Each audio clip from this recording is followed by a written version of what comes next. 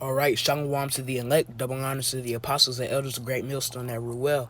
I want to give all praises, glory, and honor to Yahweh, Bahashem, Yahweh Shai, Bahashem, Makakwadash, and peace and citations to the hopeful elect that they're pushing this truth and truth sincerity. This will be a re-upload from the page, GMS, Houston, Texas.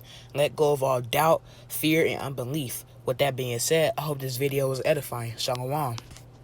All right, Shalom, all praise, honor, and glory goes to Yahweh by Hashem, Yahweh Shai by Hashem, Rukaha Kodash, double honors to the apostles of Great Millstone who rule and teach well, and peace and salutation unto the hopeful elect. This is the priest Bakwasha, and this lesson is going to go into removing all fear, doubt, and unbelief.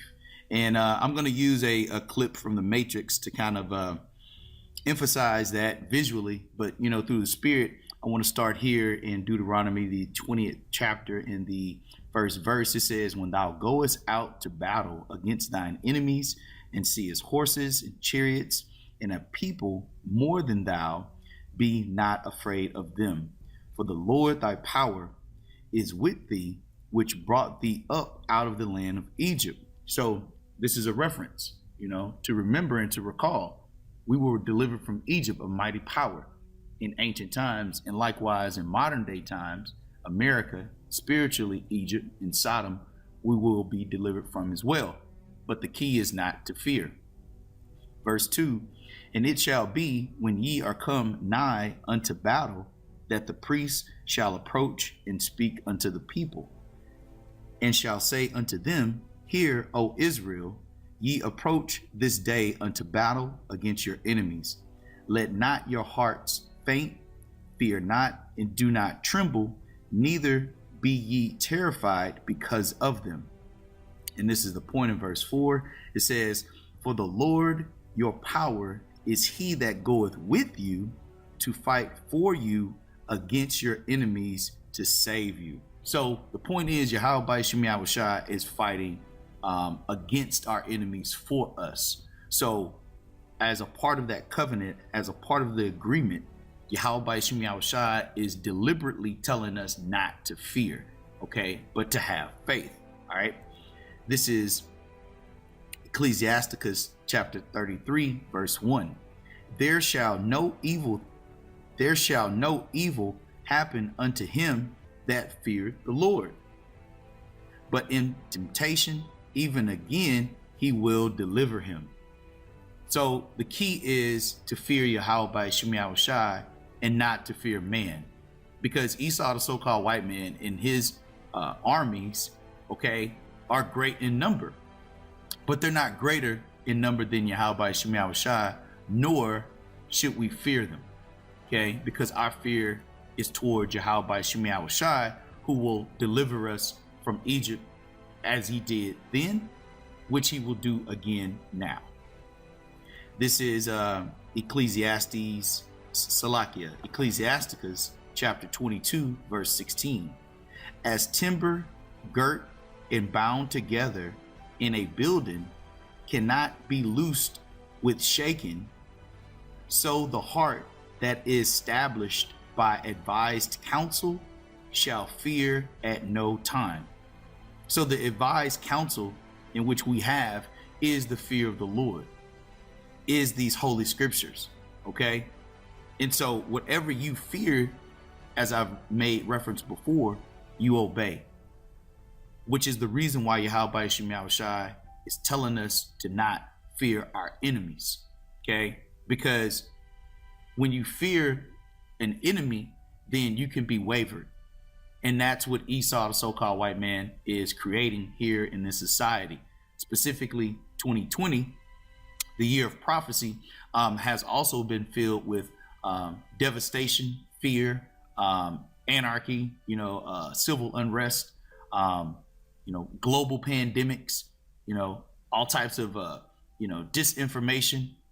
All of that is to muster fear. So let's read Ecclesiasticus chapter 22, verse 16 again.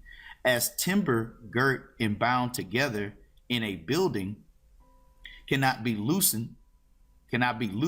with shaking, because girt and timber, like when you're building a house, once all of that has a firm foundation and is compacted, it says cannot be loosed with shaking.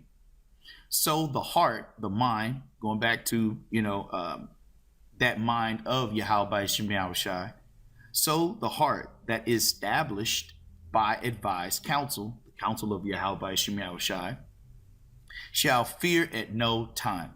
Okay? Let's bring out a couple more real quick on fear. This is Hebrews 13:6. It says,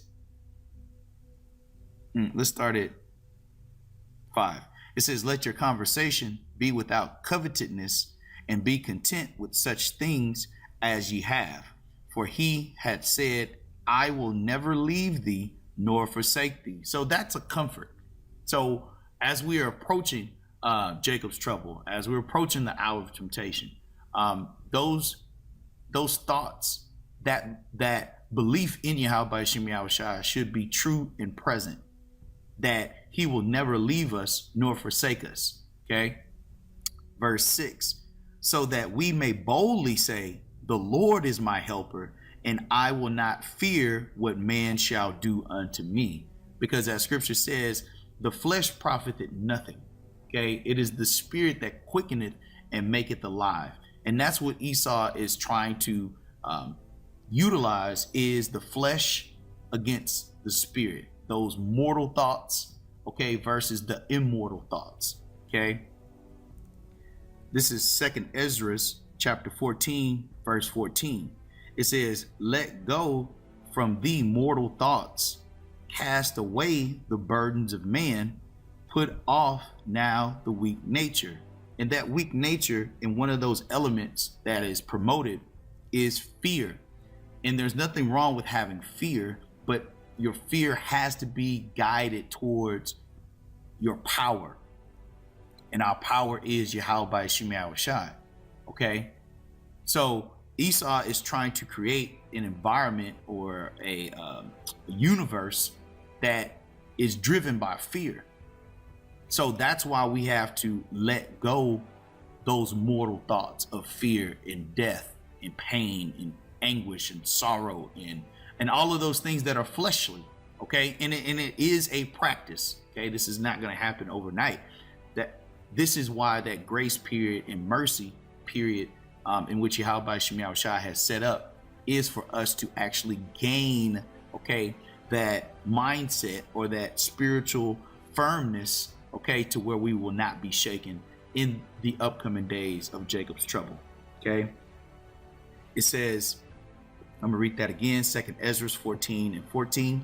Let go from thee mortal thoughts, cast away the burdens of man, put off now the weak nature. Okay, so let's finish this in Hebrews 13:6. So that we may boldly say, the Lord is my helper, and I will not fear what man shall do unto me. Because there's going to be martial law, there's going to be a lot of guns, there's bombs, explosions, and people dying in the street, and really everything that comes with 2 Ezra, the 15th and 16th chapters. Okay, along with other references as far as Jeremiah the 30th chapter. Okay, but all of those things we should not fear, but it takes practice. It takes hearing the words of Yahweh Shem Yahushai, which increases our faith. Okay, which also means that as we increase our faith, we increase our belief. And one of the other notions that Esau is pushing is doubt. Okay, so let's get into doubt. Oh man, before that, let's all right, let's read this real quick. This is Deuteronomy chapter 31, and let's just get the point. Verse 6, it says, be strong and of good courage, fear not, nor be afraid of them, for the Lord thy power, he it is that doeth go with thee. He will not fail thee nor forsake thee. So these are the things that are encouragement, and they're empowering the hopeful elect, okay, to not look at the things that are carnal, that are mortal, that are fleshly, as far as death is concerned. As scripture says, Yahweh Shai has already conquered death. Okay. So the thing in which we must continue to believe is that Yahweh Shai will deliver and has delivered. Okay. So this isn't anything new. This is just a continuation of what was promised. Okay. So let's get into doubt here. This is Matthew 21:21. It says Yahweh Shai. It says Yahweh Shai answered and said unto them, verily I say unto you, if ye have faith and doubt not, ye shall not only do to this which is done to the fig tree, but also if ye shall say unto this mountain, be thou removed and be thou cast into the sea, it shall be done. It says, in all things whatsoever ye shall ask in prayer, believing ye shall receive. So this is another element that Esau is going to push, doubt, because through fear, doubt is created. Okay. But the scripture says, Yahweh Shai is saying, if ye have faith and doubt not, ye shall not only do this which is done to the fig tree, but also if ye shall say unto this mountain, be thou removed and be thou cast into the sea, it shall be done. Because your belief dictates what you speak. Okay. And Paul even referenced that himself.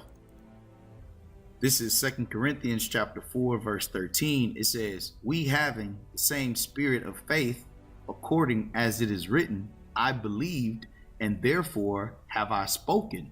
We also believe and therefore speak. So that belief in itself is going to drive your speech. And that speech, the power, the words of Yahweh Shai is going to cast out fear.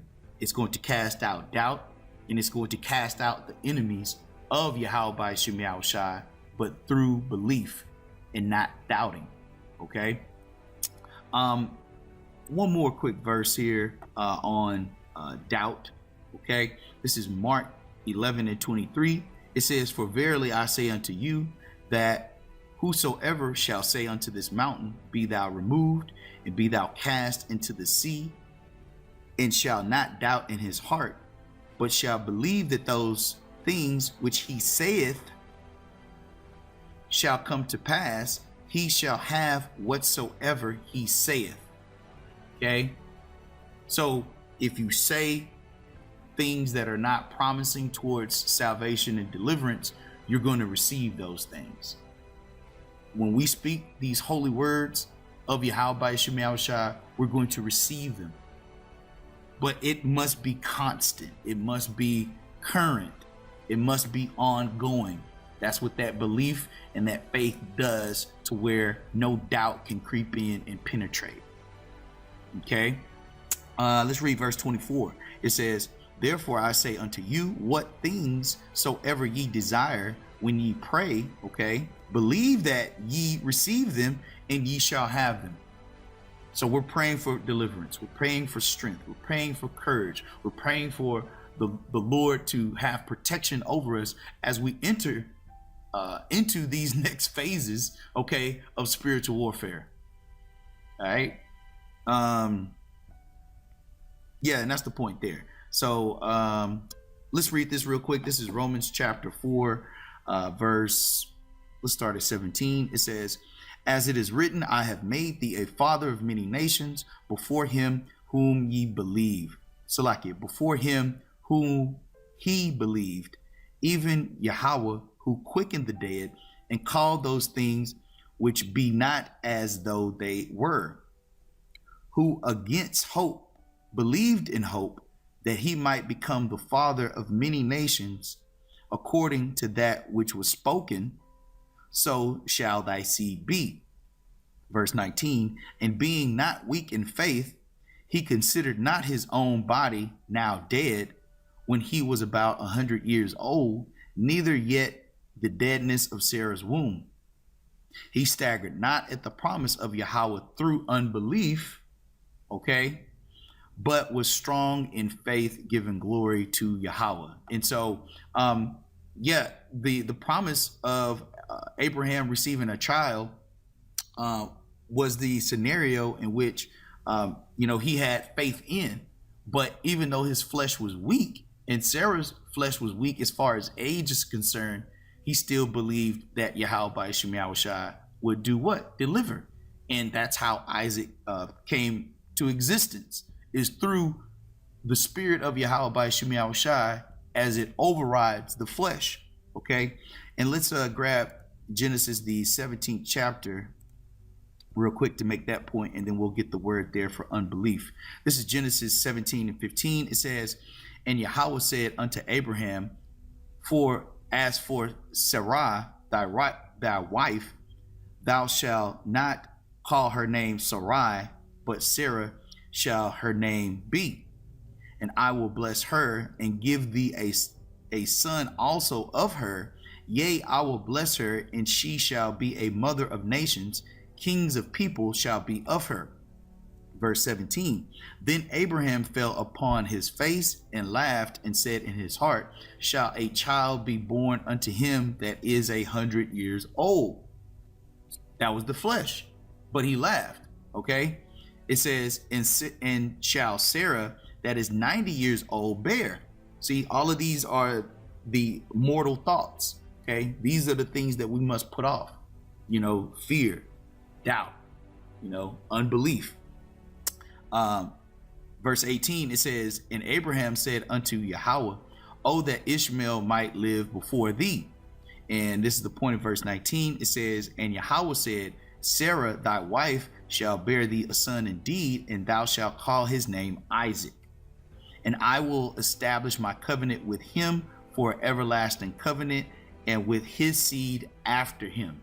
Okay. So yeah, the point is, once again, it was the faith that Abraham had that Yahweh by Shem Yahushai was going to provide a child.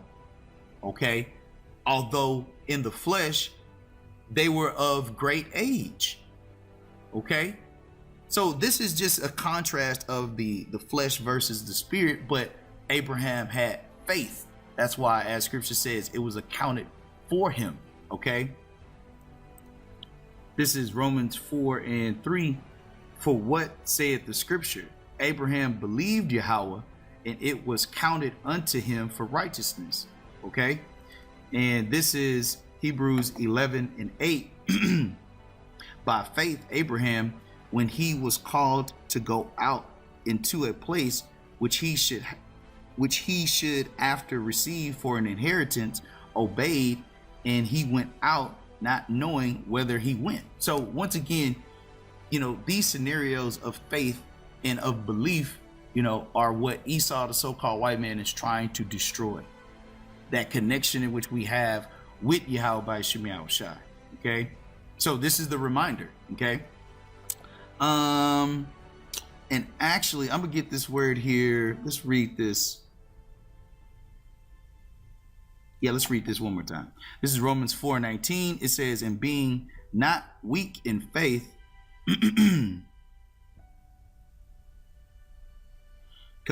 says, and being not weak in faith, he considered not his own body now dead, as far as the flesh is concerned, when he was about 100 years old, neither yet the deadness of Sarah's womb.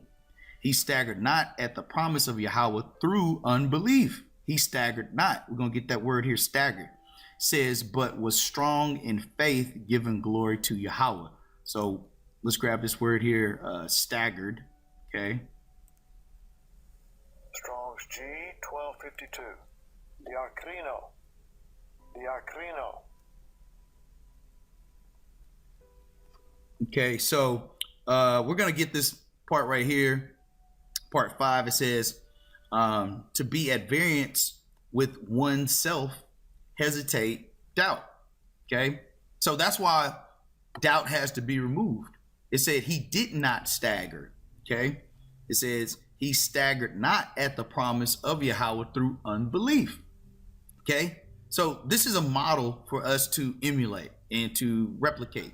Okay, and to practice and to keep at the forefront as far as how Abraham utilized his faith over his flesh.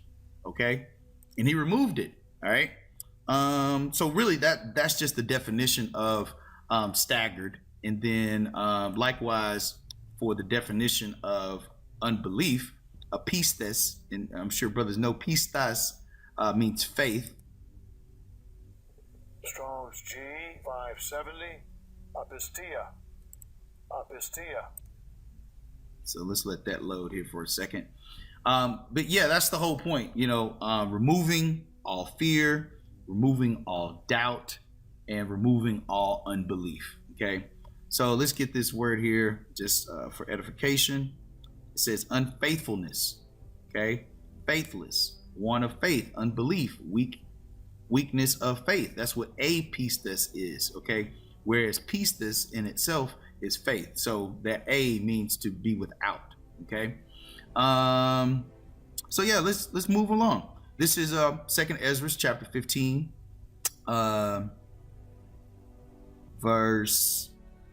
start at 1.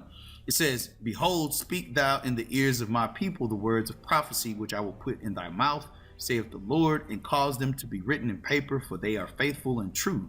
Fear not the imaginations against thee," which is Esau's basically whole system, because he's driven by the flesh, he's driven by carnal lust, those mortal thoughts. "Fear not the imaginations against thee," the witchcraft, the deception, the sorcery, his propaganda, his media. "Let not the incredulity of them trouble thee."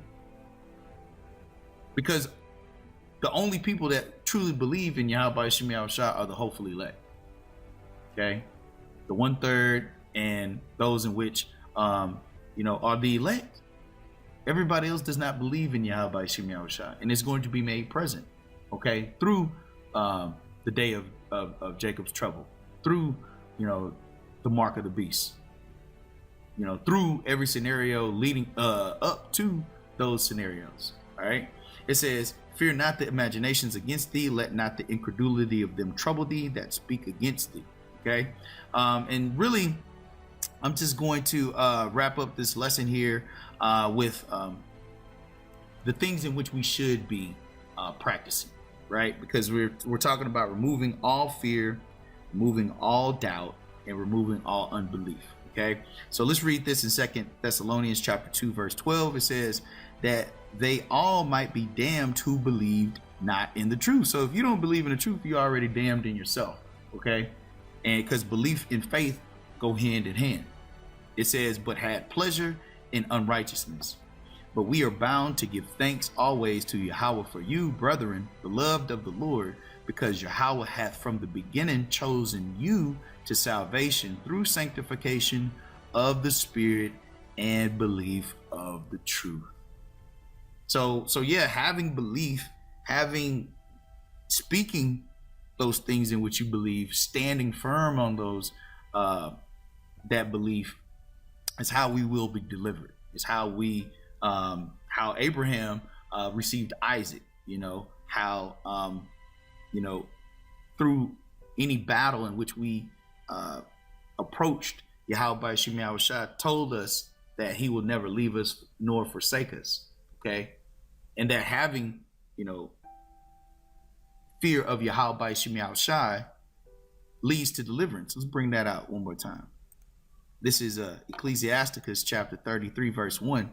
"There shall no evil happen unto him that feareth the Lord." Okay? It says no evil. All right? Now, will we go through circumstances where we're going to be tried? Absolutely. Okay? But ultimately, as scripture says, whether we live or whether we die, we are unto Yahweh Shem Yahushua. All right? It says, "But in temptation, even again, he will deliver him." Okay? Really, I believe that's all I wanted to share, through the Spirit, because that's really what's going on now, and will continue to go on, is Esau, the so-called white man, pumping fear as much as he possibly can. So really, I'm gonna end out, this lesson with this this segment from the movie The Matrix, and really it just goes into freeing your mind. But as I watched the clip, it really just was a catalyst, for this lesson, because in order to get to the other side, deliverance, salvation, from Yahweh Shem Yahushua, fear cannot be present of the enemy. Okay. Doubt, of Yahweh Hashem Yahushua cannot be present. Okay.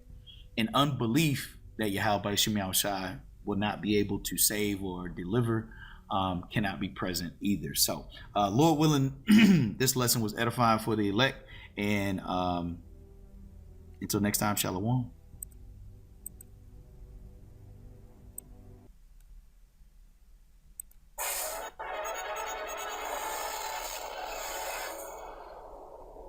You have to let it all go, Mia. Fear, doubt, and disbelief. Free your mind.